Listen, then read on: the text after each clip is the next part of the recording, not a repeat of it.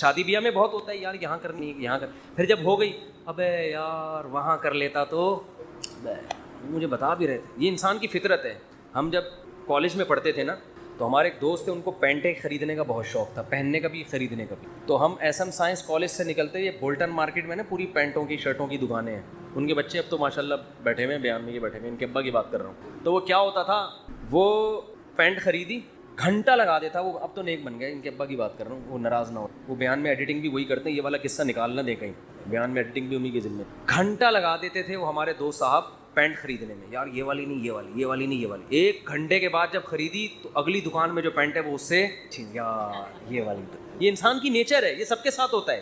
آپ منڈی سے جانور خریدیں, صبح سے لے کے رات تک خریدنے میں لگا دو گے آپ. سودا لے کے جیسے ہی نکلے, ابے یار یہ کتنے کا, یہ 80 کا, ابے میں نے 85 میں کیا پکڑ لیا یار. یہ ہوتا ہے. اپنی چیز کے علاوہ دنیا کی ہر چیز اسی وقت اچھی لگنا شروع. شادی کرتے ہی اپنی بیوی کے علاوہ ہر ایک کی بیوی اچھی لگنا شروع ہو جاتی ہے. یہ شادی شدہ لوگوں کے ساتھ مسئلہ ہے. جیسے ہی شادی کریں گے نا اپنی کے علاوہ ہر ایک کی اچھی لگ رہی ہے. یہ ان لوگوں کی عادت ہے جن کا تقدیر پر ایمان بولو نہیں ہو. تو آپ نے ہر کام سے پہلے اسباب اختیار کریں. جب کام ہو گیا بھائی اللہ کے لیے, میرے اللہ کے علم میں میرے لیے اس سے بہتر نہ گائے تھی نہ بیوی تھی, ٹھیک ہے, نہ بچڑا تھا نہ بیوی, نہ بکرا, نہ اللہ کے علم میں میرے لیے اس سے بہترین بکرا کوئی بھی نہیں تھا. اگرچہ یہ صبح سے بک رہا ہے, بول رہا ہے کچھ نہیں. تو اسی طرح جب خوب محنت کرو, جب ہو گئی شادی ہو گئی, اللہ کے علم میں اس سے بہتر میرے لیے کوئی بیوی ہو نہیں سکتی. اس کی خامیاں ہیں یار, خامیاں تو سب میں ہوتی ہیں. ہمارے حضرت فرمایا کرتے تھے کہ جب تک شکر کا جذبہ پیدا نہیں ہوگا, جب تک یہ عقیدہ نہ رکھیں کہ جتنی خوبصورت میری بیوی ہے, چاہے وہ جتنی ٹیڑھی میڑھی ہو, آڑی ترچھی, اللہ کے علم میں میرے لیے اس سے خوبصورت کوئی بھی نہیں. وہ ہوں گی بہت ساری, وہ میرے لیے اللہ نے پیدا ہی نہیں کی. میرے لیے جتنی عورتیں تھیں نا ان میں سب سے خوبصورت یہ تھی. جب تک یہ جذبہ نہیں ہوگا آپ کو سکون. اور عورت بھی یہ سوچے بھائی جتنے میرا میاں کتنا ہی آڑا, ڈینٹنگ پینٹنگ کا بہت کام ہے اس میں, ٹھیک ہے نا, بہت کام ہے, لیکن اللہ کے علم میں میرے لیے اس سے بہتر ہسبینڈ ہو نہیں سکتا. وہ ہوں گے. وہ خواتین کی بھی عادت ہے ناشکری والی. عورتیں اکثر اپنے میاں سے بحث کر رہی ہوتی ہیں, اس کے میاں کو دیکھا وہ تو یہ شاپنگ کراتا ہے, وہ تو یہ خریداری کرتا ہے. اس کے میاں میں جو خامیاں ہیں وہ بیان نہیں ہوتی. ایک صاحب کہنے لگے, ایک خاتون نے کہا کہ بھئی وہ انگریز شوہر ہے, وہ اتنا تھینک یو, اتنے اچھے اخلاق سے اپنی بیوی سے بات کرتا ہے, اور ایک آپ وہ گالیوں سے بات شروع کرتے ہو, گالیوں پہ ختم کرتے ہو. تو میں نے کہا گالیاں والی تو نہیں دینی چاہیے, لیکن اس کو بولو یہ جو انگریز ہوتے ہیں نا, صرف تھینک یو کے علاوہ ایک دھیلا اپنی بیوی کو دے کے دکھائے. تو آپ اپنی وائف سے بولو کہ سارا نان نفقہ میرا معاف کر دو, گیس بجلی کا بل معاف کر دو, پھر اور اس ہر نوٹ کے بدلے میں ایک تھینک یو نہیں ہری بات, ہر نوٹ کے بدلے میں ایک تھینک یو. تو تھینک یو کی گردان پوری بیٹھ کے سنا دے گا. زندگی میں کبھی اس کی پیشانی میں بل نہیں آئے. تو یہ انسان کی نیچر ہے. دوسرے کی خامیاں نظر نہیں آتی, خوبیاں, اور اپنے والے کی خوبیاں نظر نہیں آتی, خامیاں نظر آتی ہیں. یہ مرد کے ساتھ بھی ہوتا ہے, عورت کے ساتھ بھی. لیکن جن کی طبیعت میں اللہ نے شکر کا جذبہ رکھا ہے, تقدیر پر ایمان رکھا ہے, وہ کہتے ہیں اللہ کے علم میں میرے لیے اس سے بہتر. کوئی اگر تعریف بھی کرے نا اس کے سامنے, عورت کے سامنے, کہ میرے میاں تو اتنے اچھے ہو گئے, تیرا میاں میرے میاں سے اچھا نہیں ہو سکتا. صحیح ہے نا, اس کو یہ بتایا کریں, سمجھا دیں جا کے گھر والوں کو. اور جن کا تقدیر پر ایمان نہیں ہے نا, ساری زندگی کنفیوز, ساری زندگی. بہت سے لوگ ہم نے دیکھے کاروبار میں بہت مشورے کر لیے سب کچھ, اب کاروبار شروع کیا, یار پتہ نہیں یہ والا کرنا چاہیے تھا کہ بھی نہیں کرنا چاہیے. ہماری ایک ریلیٹو خاتون تھی, انہوں نے اپنے بچے کو کون سے اسکول میں پڑھانا ہے 6 مہینے لگا دیے ان کی کھوپڑی میں بات. پھر اسکول میں ایڈمیشن کروایا تو ٹینشن, وہاں والا زیادہ اچھا تھا یہاں والا. یہ کنفیوژن اس کو ہوتی ہے جس کا تقدیر پر ایمان. بھئی آپ نے اسباب اختیار کر کے ایک فیصلہ کر لیا, فتوکل علی اللہ, کیا کرنا ہے اللہ پہ توکل. بہت مشکل ہے بات سمجھانا. تقدیر کا جو عقیدہ شریعت نے بیان کیا ہے اس کا بھی لوگ غلط استعمال کر رہے ہوتے ہیں, غلط جگہ فٹ کر رہے ہوتے ہیں. ہمارا عقیدہ ہے نا کہ سب کچھ پہلے سے کیا ہے, طے شدہ, موت لکھی ہوئی, رزق لکھا ہوا, حتیٰ کہ جنت جہنم بھی لکھا ہوا ہے. قرآن نے یہ عقیدہ بیان کیا موٹیویٹ کرنے کے لیے, مایوس کرنے کے لیے نہیں. ہم کیا ہو رہے ہیں, مایوس, کہ یار جب جنت بھی لکھی ہوئی, جہنم بھی لکھی ہوئی, تو عمل کا کیا فائدہ, جانا تو جہاں ہے وہیں جائیں گے ہم, ٹھیک ہے. جب صحت اور موت لکھی ہوئی ہے تو صحت بنانے کا, جب ہر ایک کی عمر لکھی ہوئی ہے تو صبح جاگنگ کی ٹینشن لینے کا, بول لو کیا ہو گیا بھائی. جب لکھا ہوا ہے کہ یہ بندہ 50 سال میں مرے گا, تھوڑا بڑھا لیتے ہیں احتیاطاً, 80 سال میں مرے گا, مثال دے رہا ہوں, ہم کیوں جلدی ماریں اس کو 30 سال پہلے, 80 زیادہ ہو جائیں گے پھر تو وہ جاگنگ بالکل بھی نہیں کرے گا, 50 ہی کر لو. فرض کرو یہ بندہ کب مرے گا, 50 سال. تو جاگنگ کا کوئی فائدہ ہے صبح سننے کا, کولیسٹرول لیول چیک کرنے کا, شوگر, لڈو, احتیاط, موٹاپا کم کرو, سب ٹوپی ڈرامہ ہے بھائی. موت تو کیا ہے, لکھا ہوا ہے ہمارے ہاں بہاری, میں بہاری نہیں ہوں لیکن ہمارے دوستوں میں بہاری ہیں, ان کے ہاں مشہور ہے کہ جب انسان کی شامت آتی ہے تو اونٹ پہ بیٹھے ہوئے آدمی کو بھی کتا کاٹ لیتا, حالانکہ کتا وہاں تک, لیکن جب شامت آتی ہے کتے کو اللہ وہاں یا اونٹ کو بٹھا دیتے ہیں اس کو. ویسے شرافت سے اونٹ چلتا چلا جا رہا ہے, کتے کو دیکھ کے بیٹھ جاتا ہے. بات بالکل صحیح ہے, جب شامت آتی ہے تو ایسا ہوتا ہے. یہ تقدیر کا عقیدہ ہے کہ جو ہے وہ ہوگا, لیکن مسلمان اس تقدیر کا غلط استعمال غلط استعمال کیا کر رہے ہیں. عمل کا کیا فائدہ جب جنت جہنم لکھی ہوئی ہے, صحت بنانے کا کیا فائدہ جب صحت اور بیماری پہلے سے, کرونا کا ٹیکہ لگانے کا کیا فائدہ, ویکسین کا کیا فائدہ, وہ تو جو مرنا ہے وہ تو مرے گا. اور اللہ بھلا کرے موٹاپا کم کرنے کا کیا فائدہ, بھائی شوگر لکھی ہوئی ہے تو ایک شوگر کے مریض بیٹھے ہوئے تھے ایک ہوٹل میں, بچپن کا واقعہ ہے, وہ چائے میں چینی ڈال ڈال کے نا شہد بنا رہا ہے, پینے لگا تو کسی نے بولا بھائی تجھے شوگر ہے مرے گا, اس نے کہا ابے ان چیزوں سے, اب تک انا للہ ہو چکا ہوگا مجھے غالب گمان یہی, ابے انسان ایک پھر کہنے لگے انسان کھاتا ہوا مرتا ہوا بھی اچھا لگتا ہے. میں نے کہا ابھی مر نہیں رہا نا اس لیے کہہ رہا ہے, جب مرنے لگے گا کہے گا یار نہ کھاتا ہوا مرتا ہوا اچھا لگ رہا ہے نہ بھوکا مرتا ہوا, مرتا ہوا کوئی بھی کسی کو اچھا نہیں لگتا, اپنے آپ کو بھی نہیں لگتا. آدمی کہتا ہے میں کیوں مر رہا ہوں, تو اسباب مسلمان اختیار نہیں کرتا یہ سوچ کے کہ کیا ہے تقدیر میں, گارڈ نہیں رکھتے نا علماء, بہت سے علماء کو ہم نے دیکھا ہے, اور آج کل اس کو سادگی سمجھا جاتا ہے. ہم حضرت جی کے پاس گئے, کوئی گارڈ نہیں تھے, ڈائریکٹ گلے ملے ان سے جا کے, اتنے سادہ اللہ, اتنے نیک. بھائی اللہ بچائے, میں کسی بزرگ کو بے وقوف نہیں کہہ رہا, لیکن عمل سے تو یہی لگ رہا ہے اگر آپ مشہور ہیں اور خطرہ ہے اور آپ کے گارڈ نہیں ہیں تو کیا ہے, بولو حماقت ہے نا یہ. کیا کراچی میں تو ایک جو جس کے نہیں بھی خطرہ ہوتا وہ بھی مر جاتا ہے. کسی بھی وقت کراچی میں کوئی کسی کی جیب میں کسی بھی ٹائم پہ بم رکھ سکتا ہے کہ نہیں رکھ سکتا. یہ آپ کو پتا ہے اتنے ہیروئن چی کہاں گئے, کراچی میں ہیروئن چی ایک دم غائب, مجھے نہیں پتا کہاں گئے, لیکن اڑتی سنی ہے اللہ ہی جانے. کہتے ہیں کہ جب شروع میں ٹارگٹ کلنگ ہو رہی تھی, بم دھماکے, تو بہت سے ہیروئن چیوں کو, واللہ عالم صحیح خبر ہے جھوٹی مجھے یقین پتہ نہیں ہے لیکن سنی ہے, لیکن ایک دم سے جو ہیروئن چی شارٹ ہو گئے, توبہ تو نہیں کر سکتے اتنی جلدی کہ سارے دھل دھلا کے نیک ہو گئے ہوں, لیکن شارٹ ہو ایک دم سے ہو گئے. بعض خبریں اس طرح کی بھی ہیں کہ بم رکھ کے ان کو جہاں پھٹوانا تھا کہ کسی نے پیسے کھلائے بھائی تو یہ پڑیا لے وہاں چلا جا, وہ وہاں گیا ڈریم بندہ ہی اڑا دیا. واللہ ہو سکتا ہے جھوٹی خبر ہو. تو ان حالات میں مسجدوں میں سیکیورٹی کا انتظام, بولو اس کو اچھا سمجھا جاتا ہے. آپ کے گارڈ نہیں ہے, سادگی ہے, اور ماشاءاللہ بہت نیک ہیں, کوئی بھی کسی بھی وقت گلے حضرت جی سے مل سکے. بہت سے حضرت جی ایسے دنیا میں آئے ہیں جن سے جب کوئی گلے ملائے اس کے بعد دوبارہ وہ کسی سے گلے ملنے کے قابل, اخبار میں آئے وہ اگلے دن. بہت سے کیسز ہیں, جو ملا وہ بھی گیا. افغانستان میں تو بہت سے امریکیوں سے, بہت سے طالبان گلے مل کے انہوں نے کباڑا کیا ہے. بہت سے رپورٹیں آتی ہیں اس طرح کی نا, وہاں سے خبریں آتی ہیں کہ وہ گلے ملے اور وہ جنت میں بھی اب کیا کر رہے ہیں, جنت میں یا برزخ میں بغلگیری ہو رہے ہیں. وہ چھوڑ ہی نہیں رہا اس کو, کہہ رہے اب کہاں لے کر آ گیا مجھے. تو جب ایسے حالات ہوں تو ایسے موقع پہ سیکیورٹی کا انتظام نہ کرنا اور یہ کہنا موت تو لکھی ہوئی ہے, جب آنی ہوگی آ جائے گی, یہ تقدیر کے عقیدے کا صحیح استعمال ہے یا غلط استعمال؟ اس کا مطلب علم ہے, کھوپڑی علم ہے, تقدیر کا علم. آیتیں بھی یاد ہوں گی اس کو, جو لکھا ہوا ہے حدیث میں آتا ہے, رسول اللہ صلی اللہ علیہ وسلم نے عبداللہ بن عباس سے فرمایا, وَعَلَمْ أَنَّمَا أَصَابَكَ لَمْ يَكُنْ لِيُخْطِئَكَ, اے نوجوان, اے غلام, لڑکے, یقین کر لے جو مصیبت تیرے مقدر میں لکھی ہے ایسا ہو ہی نہیں سکتا کہ وہ تجھے نہ پہنچے, اور جو چیز تجھے نہیں ملنے والی, جو نعمت, یہ ہو ہی نہیں سکتا کہ وہ نعمت تجھے مل جائے. رفعت الاقلام وجفت الصحف, تقدیر کے قلم سے اللہ نے جو لکھنا تھا لکھ کے قلم کو ہٹا دیا, اور اس کی سیاہی بھی خشک ہو چکی ہے, اب اس میں چینجنگ نہیں ہو سکتی, سب کچھ طے ہو چکا ہے. لیکن اس کے باوجود نبی کی زندگی دیکھو, احتیاط. قرآن کہہ رہا ہے نماز کی حالت میں اسلحہ اٹھا کے نماز پڑھو میدان جنگ میں, اسلحہ رکھنے کی تمہیں زمین پہ اجازت نہیں ہے. سب ایک ساتھ نماز نہیں پڑھیں گے, آدھے پڑھیں گے, آدھے فرنٹ لائن پہ کھڑے ہوں گے. وَدَّ الَّذِينَ كَفَرُوا, کیونکہ جو دشمن ہے وہ چاہتا ہے لَوْ تَغْفُلُونَ عَنْ أَسْلِحَتِكُمْ, کہ تم چند لمحوں کے لیے بھی اپنے اسلحے سے غافل ہو. اور غافل ہو کے کیا کر رہے ہیں؟ نماز.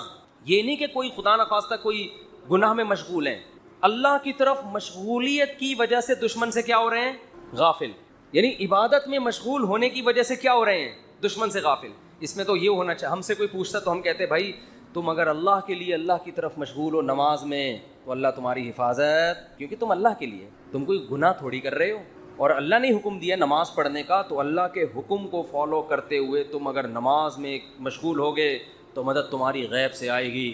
دشمن تمہاری طرف آنکھ اٹھا کے بھی نہیں دیکھے گا. نا, اللہ نے فرمایا کہ نماز تو قائم کرنی ہے. سارے نہیں نمازی, وہ سب کو دیکھیں گے نماز پڑھ رہے ہیں, ایک ہی حملے میں سب کو قتل کر دیں گے. آدھے لوگ وہاں رہیں, آدھے کیا کریں؟ نماز پڑھیں. اور اگر یہ بھی ممکن نہ ہو, مثال کے طور پر اتنی بڑی تعداد نہیں ہے مجاہدین کی کہ آدھے وہاں رہ کے دفاع کر سکیں, تو اللہ نے فرمایا جماعت چھوڑ. فرجالاً او رکبانا, انفرادی بھی نہیں پڑھ سکتے تو پیدل موقع ملتا ہے چلتے ہوئے پڑھ لو, اور گھوڑے پر موقع ملتا ہے تو گھوڑے پہ نیت باندھ. گھوڑے سے اترنے کی بھی اجازت, بولو نہیں آ رہی بات میرا. تو یہ صحابہ بڑے آرام سے کہہ سکتے تھے بھائی جو لکھی ہوئی ہے وہ تو آ جائے, ہم تو نماز میں مشغول. ہمارے حضرت کے ہاں پہرا ہوتا تھا نماز کے دوران, جب حضرت نماز پڑھاتے تھے ممبر پہ گارڈ آ کے کھڑا ہوتا تھا ایسے ریپیٹر لے کے, یوں دیکھ رہا ہو. بہت سے لوگوں نے حضرت کو لکھا یہ کون سا اسلام ہے؟ نماز میں ہم اللہ کی طرف مشغول ہیں اور محراب پہ ممبر پہ کون کھڑا ہوا ہے؟ گارڈ کھڑا ہوا ہے. نماز کے دوران یہ کیا ہے؟ حضرت فرمایا کہ نماز کے دوران نہیں بم پھٹ سکتا کیا؟ نماز کے دوران کوئی نماز توڑ کے نمازیوں پہ فائرنگ نہیں کر سکتا. یہ کون سی کتاب؟ یہ تو کسی کتاب میں نہیں لکھا کہ جی اللہ نے کہا ہے کہ جب تم نماز پڑھو گے تو نہ بم پھٹے گا, نہ کوئی دہشت گرد اندر داخل ہو سکتا ہے, اور تم سب سجدے میں ہوگے تو فرشتے تمہاری حفاظت میں لگے. نہ قرآن میں بھی نہیں لکھا, نہ حدیث کسی کتاب میں نہیں لکھا. یہ بہت سے مسجدوں میں بم دھماکے نماز کے دوران ہوئے ہیں. اچھا کچھ ویڈیوز میں نے دیکھی یوٹیوب پہ, اس میں بتایا کہ امام کا تقویٰ دیکھیں, زلزلہ آیا امام صاحب کھڑے ہوئے ہیں, کام پی رہے ہیں کھڑے ہوئے, زلزلہ آ رہا ہے امام صاحب کیا کر رہے ہیں, ایک ایک کر کے مقتدی کھسک رہا ہے, لیکن امام صاحب زندہ باد. یہ حماقت ہے پرلے درجے کی. نبی نے فرمایا نماز میں اگر سانپ دیکھو تو یہ نہیں فرمایا کہ خشوع و خضوع میں مشغول رہو, سانپ تمہارا, صحیح بخاری مسلم کی غالباً حدیث ہے, آپ نے فرمایا اس کو مارو, قتل کرو سانپ کو. نماز توڑ دیں آپ جا کے, اس کو قتل کریں. بھائی کسی کو مار دے گا, نماز پڑھ لینا آرام سے, ورنہ نماز جنازہ ہوگی تھوڑی دیر میں, پھر 15-20 آدمیوں کی. اللاجیکل باتیں آج بہت سے مذہبی لوگوں کا حصہ بن چکی ہیں, ان کی سوچ کا. اللاجیکل بات جب کریں گے, بات ایسی کریں گے, آدمی کہے گا تو چپ رہتا تو زیادہ اچھا. اللاجیکل بات, اور اس کو سمجھتے ہیں بزرگی اور کمال. اسی وجہ سے مار بھی کھا رہے ہیں لوگ. بہت سے دینداروں سے نفرت کرنے لگے ہیں کہ یار ان کی باتیں کھوپڑی میں آنے والی نہیں ہے, یہ پتہ نہیں کون سے زمانے کی باتیں کر رہے ہیں, یہ بس نہیں چلا جا سکتا دین پہ بھائی یہ. تو میں یہ عرض کر رہا تھا, ادھر قرآن نے حکم دیا کہ نماز کے دوران بھی, کیونکہ ایسا نا بلا وجہ کلاشن کوفے لے کے مسجدوں میں آ جائیں جہاں خطرہ ہو. میدان جنگ میں تو خطرہ ہوتا ہے نا, تو قرآن کیا کہہ رہا ہے, نماز میں بھی آپ نے اسلحہ اٹھا کے نماز پڑھی. اور آدھے لوگ ادھر ہوں گے, یہ بھی نہ ہو فرجالاً او رکبانا, تو پیدل یا سوار ہو کے نماز پڑھو. جماعت سے نماز ایسے موقع پہ کیا ہے, معاف ہے, کیونکہ اصل مسئلہ کیا ہے, وہاں کا مسئلہ ہے, پہلے اس کو نمٹاؤ. اور سناؤں آپ کو آگے میں, پوری امت کا اس پر اجماع ہے کہ اگر دشمن آپ کے قیدیوں کو ڈھال بنا کے لے آئے سامنے, لڑائی ہو رہی ہے, بہت سے آپ کے مسلمان قیدی دشمن کی قید میں تھے, سمجھ رہے ہیں, بہت سے آپ کے مسلمان قیدی کہاں تھے, دشمن کی قید.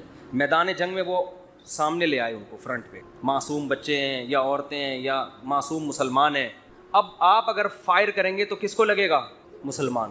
آپ اگر تیر چلائیں گے تو ہو سکتا ہے کوئی معصوم بچے کو. میدان جنگ میں انہوں نے ڈھال بنا دیا, آپ کے لیے جائز ہے فائر کرنا. وجہ اس کی یہ کہ اگر اس بیس پہ آپ رک گئے تو وہ غالب آ جائے گا, وہ تو آپ کو قیدی بنا کے لے جائے گا, وہ تو آپ کو اس سے زیادہ قتل کرے گا. اب مجبور ہیں, آپ نے نیت کرنی ہے دشمن کو مارنے کی, لیکن چونکہ لاجک کیا کہتی ہے, لاجک یہی کہتی ہے بھائی آپ کے علاوہ اب آپ کے پاس اس کے علاوہ کوئی آپشن نہیں ہے, کیونکہ وہ ہمیشہ پھر یہ کریں گے. تو اس لیے ایسے موقع پہ جنگ میں اگر آپ کے اپنے جو ڈھال بنائی ہوئی انہوں نے, ان بندوں پہ گولیاں لگ رہی ہیں, تو تمام فقہا کا اس پر اجماع ہے کہ میدان جنگ میں آپ کو اجازت ہے اپنے آدمی قتل کرنے کی. نیت اپنے آدمیوں کی نہ ہو, نیت کس کی ہو, ان کی ہو. یہ مجبوری ہے, اس کے بغیر ہو نہیں سکتا. آج کوئی مذہبی آدمی اس طرح کی بات کرے, لوگ کہیں گے کیا کہہ رہا ہے, اپنے لوگوں کو قتل کرنے کی باتیں کر رہے ہیں. عام حالات میں نہیں ہے, جب ڈھال بنا کے لائیں تو ہم نیت اس کی کریں گے دشمن کی, کہ بھائی اب مجبوری ہے, اگر مارا جا رہا ہے تو کیا کریں, ورنہ تو وہ ایسے موقع پہ کسی نے یہ نہیں لکھا کہ ہم مسلح بچھا کے بس اب تو ہمارے پاس دعا کے علاوہ کوئی آپشن نہیں. ہم کہیں گے اللہ یہ معصوم مسلمان ہمارے سامنے لے آئے, اے اللہ بس معاف کر دے, اے اللہ کیا کر, ہم تو مجبور ہیں اب تو. اللہ کہے گا بھائی زمین میں جب تک ہو تو جو اسباب اختیار کرے گا مدد اس کے ساتھ ہو. سمجھ رہے ہو, مدد کس کے ساتھ ہوگی, جو گراؤنڈ ریئلٹی کو دیکھے گا. جنگ میں ایسا ہوتا ہے, چالیں چلی جاتی ہیں جنگ میں, مختلف حربے استعمال کیے جاتے ہیں. تو میں یہ عرض کر رہا تھا, یہ جو تقدیر کا عقیدہ ہے اس کا صحیح مطلب کیا ہے, اس کو سمجھیں. صحیح مطلب یہ ہے, کام کرنے سے پہلے آپ نے کامیابی کے تمام ذرائع, تمام وسائل, تمام اسباب بھرپور طریقے سے استعمال کریں. سمجھ میں نہیں آ رہی بات؟ مثال کے طور پر آپ چاہتے ہو میں 90 سال تک زندہ رہوں, ہر آدمی چاہتا ہے, نہیں چاہتے تو بتا دیں, ہاتھ کھڑا کریں. جو حضرات سبھی چاہتے ہیں, ہر آدمی چاہتا ہے میں 90 سال تک. بہت سے لوگ اس لیے بھی چاہتے ہیں تاکہ پہلی والی مرے, اللہ معاف فرمائے, غلط سوچ ہے. ان کو پتہ ہوتا ہے ہماری زندگی میں اس کے مرنے کا کوئی چانس, بہت غلط سوچ ہے یہ میں بتا دوں, لیکن ہے بعض لوگوں کی. تو ہر آدمی چاہتا ہے, عورتیں بھی مرد بھی. آپ نے کیا کرنا ہے, اور اللہ کی طرف سے بھی اجازت ہے, حدیث میں آتا ہے, مفہوم حدیث کا, مسلمان کی جو لمبی عمر ہے وہ اس کے حق میں کیا ہے, رحمت ہے. اس کی زندگی میں رمضان کے روزے زیادہ ہوں گے, اس کی زندگی میں صدقات زیادہ ہوں گے, اس کی زندگی میں زکاتیں زیادہ ہوں گی. تو اعمال کا ایک بہت لمبی عمر مسلمان اگر نیکیاں کرے اس میں تو بہت بڑی اللہ کی نعمت ہے, بہت بڑی رحمت ہے. اس کے پاس اعمال کا ذخیرہ بہت زیادہ, اس کے پاس لیلۃ القدریں زیادہ ہوں گی, اس کے پاس بقرعید کی قربانیاں زیادہ ہوں گی, بہت کچھ اس کے پاس زیادہ ہوگا. اب آپ نے کیا کیا, آپ نے کہا بھائی زندگی چاہیے, اللہ نے حکم دیا اسباب. سمجھتے ہو جو بھی اسباب, اور ہر چیز کے ماہرین سے پوچھا جاتا ہے کہ اس کا سبب کیا ہے. آپ چاہتے ہو آپ کے پاس W11 ہے, مزدہ ہے, آپ چاہتے ہو کہ یہ لانگ لائف ہو اس کی, تو آپ مفتیوں سے پوچھو گے. آپ کس سے پوچھو گے؟ میکینکس, جو مزدہ کے میکینک ہو. آپ کے پاس 1 to 5 ہے, آپ 1 to 5 کے جو میکینک ہیں ان سے پوچھو گے, یار میں چاہتا ہوں جو میری بائک آج جیسی چمک رہی ہے اور جیسی انجن کی پاور آج ہے 20 سال کے بعد بھی یہ ایسی رہی. تو آپ کو بتائے گا بھئی آئل جلدی چینج کر لیا کرو, مینٹیننس کا خیال کرو, یہ کرو وغیرہ وغیرہ. آپ کسی مولانا صاحب کے پاس آؤ گے تو وہ آپ کو اس کا جواب بولو نہیں, وہ یہ بتائے گا کہ یعنی اگر آپ لمبی عمر چاہتے ہو, یہ باڈی بھی تو ایک مشین ہے نا, تو آپ اس کے لیے ڈاکٹروں کے پاس جاؤ گے, علماء کے پاس نہیں. علماء کے پاس صرف یہ پوچھنے کے لیے آؤ گے کہ لمبی عمر کا اسلام میں کوئی فائدہ بھی ہے یا نہیں ہے, یہ بتا دیں آپ کو. باقی عمر, صحت کیسے ہوگی, عمر میں اضافہ کیسے ہوگا, یہ کون بتائے گا؟ یہ میں نہیں بتاؤں گا, ٹھیک ہے, یہ میں نہیں بتاؤں گا. یہ کون بتائے گا؟ یہ ڈاکٹر صاحب بتائیں گے. تو اب ڈاکٹروں سے پوچھا جائے گا تو آپ کو ڈاکٹر بتائیں گے بھائی کولیسٹرول لیول چیک کرو وغیرہ, جو بھی بتاتے ہیں. اب وہ الگ بات ہے, خود بہت جلدی مر جاتے ہیں. اکثر ڈاکٹر بیچارے پتہ نہیں کیوں بہت جلدی مر رہے ہیں. مجھے حکیم 99 سال تک زندہ میں نے دیکھے ہیں, 90-99, ڈاکٹر جلدی مر رہے ہیں. یہ عجیب بات ہے, حالانکہ علم ڈاکٹروں کے پاس حکیموں سے جدید علم ہے نا. اس کی وجہ پتہ ہے کیا ہے؟ ڈاکٹر صحت کے اصول بتاتے ہیں, خود اس پر عمل کرتے نہیں ہیں. سگریٹ کے آپ ان سے تقریر کروا لو, سگریٹ کے اتنے نقصان, خود 6 ڈبے ایک دن میں خالی کر رہے ہوں. تو باتیں کرنے سے صحت نہیں بنتی. حکیموں کو ہم نے دیکھا ہے جو بیسک صحت کے اصول ہیں نا ان کو فالو کر رہے ہوتے ہیں. رات کو جلدی سونا, صبح جلدی اٹھنا, صبح لمبی واک کرنا, تھوڑا کھانا, یہ بیسک اصولوں پر 90-95 سال کے ہم نے بہت دیکھے. تو وہ بیسک اصولوں کو نا لے کے چل رہے ہوتے ہیں. خیر, تو آپ کو پتہ چل گیا بھائی صحت کا یہ اصول ہے, تو آپ نے جاگنگ شروع کر دی, جم جانا شروع کر دیا, یہ بھی ہو گیا, وہ بھی ہو گیا. اونٹ پہ ایک دن بیٹھے, پاگل کتے نے کاٹ لیا اور آپ کیا ہو گئے, مر گئے, ہسپتال میں پڑے ہیں. یہاں تقدیر کام آئے گی. اب آپ نے غم نہیں کرنا, یار میں نے تو اتنا کچھ کیا, میں نے یہ, میں یوں.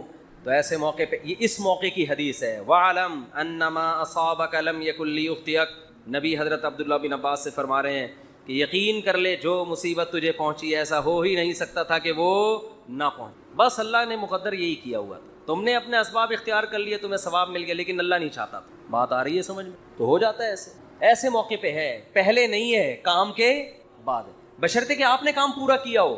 آپ نے کام پورا کیا, اگر آپ نے کام پورا نہیں کیا پھر تسلی کا آپ کو حکم نہیں ہے. آپ شوگر کے مریض ہیں, 6 لڈو کھا کے آپ کی شوگر ہائی ہو گئی, آپ پڑھے میں کہہ رہے ہیں مقدر میں یہی لکھا ہوا تھا, گناہ ملے گا ایسے الفاظ کہنے سے.